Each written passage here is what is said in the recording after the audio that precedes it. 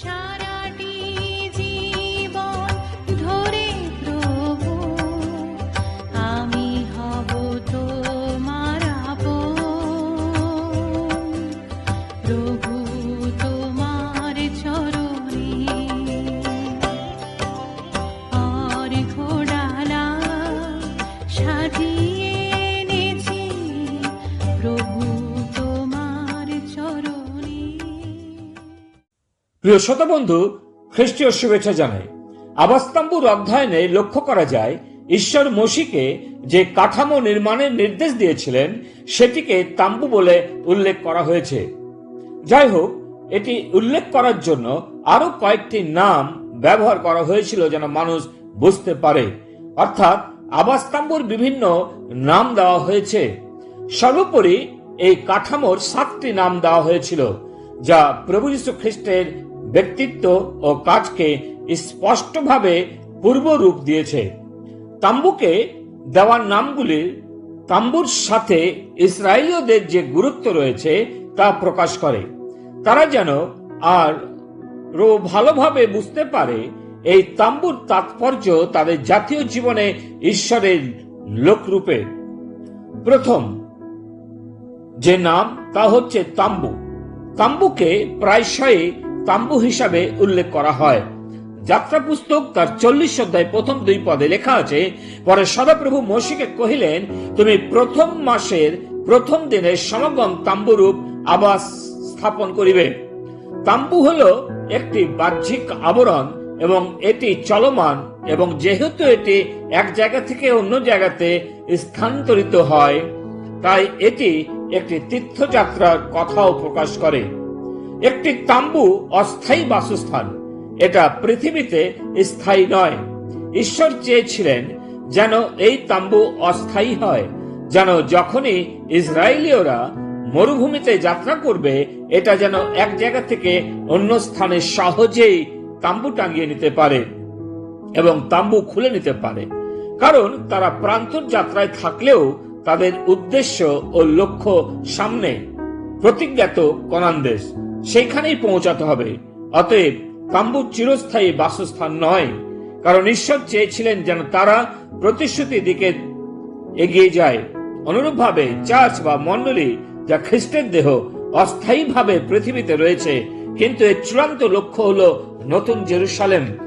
প্রকাশিত বাক্য 21 অধ্যায় 1 পদে লেখা আছে, পরে আমি এক নতুন আকাশ ও এক নতুন পৃথিবী দেখিলাম, কেননা প্রথম আকাশ ও প্রথম পৃথিবী লুপ্ত হইয়াছে এবং সমুদ্র আর নাই।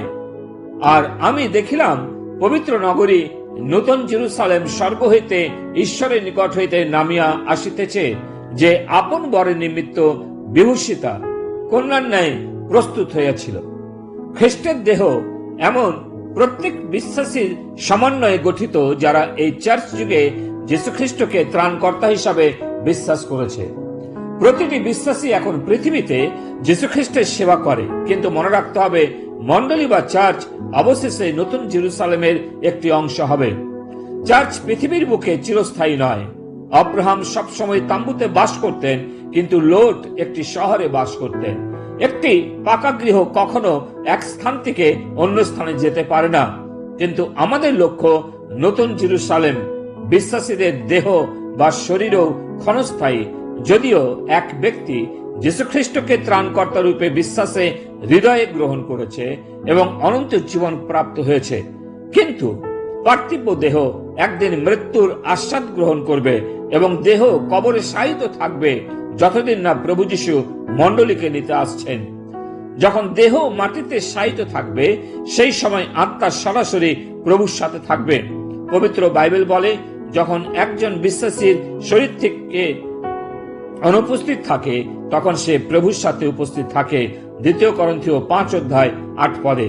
আমরা সাহস করিতেছি এবং দেহ হইতে দূরে প্রবাস ও প্রভুর কাছে নিবেশ করা অধিক বাঞ্ছনীয় জ্ঞান করিতেছি।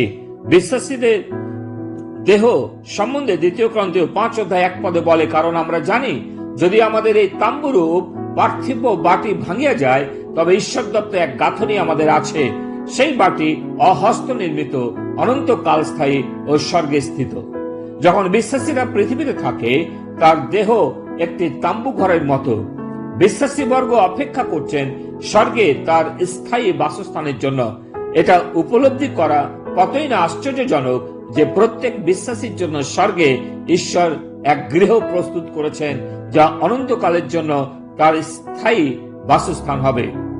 একজন বিশ্বাসী রূপে এই পৃথিবীতে কষ্ট ও আর্তনাদ করছি, যেমন 2 করিন্থীয় 5:2 লেখা আছে, কারণ বাস্তবিক আমরা এই তাম্বুর মধ্যে থাকিয়া আর্তস্বর করিতেছি, ইহার উপরে স্বর্গ হইতে প্রাপ্য আবাস পরিহিত হইবার আকাঙ্ক্ষা করিতেছি।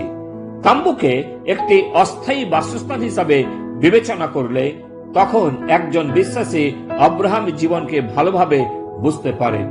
যদিও আব্রাহাম তার সময়ে সবচেয়ে ধনী ব্যক্তিদের মধ্যে একজন ছিলেন, তথাপি তিনি একটি প্রাসাদের চেয়ে তাম্বুতে থাকাটা শ্রেষ্ঠ জ্ঞান করেছিলেন।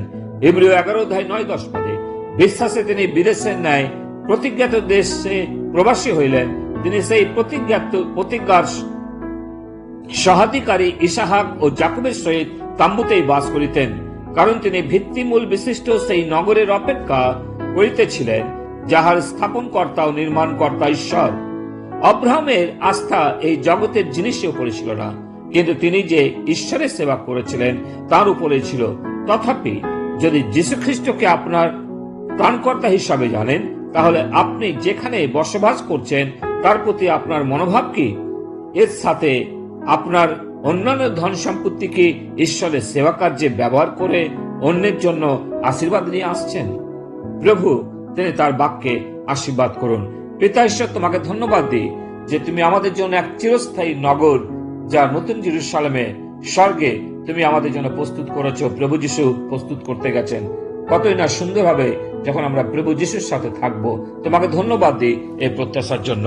প্রার্থনা প্রভু যিশু নামে চাই, আমেন।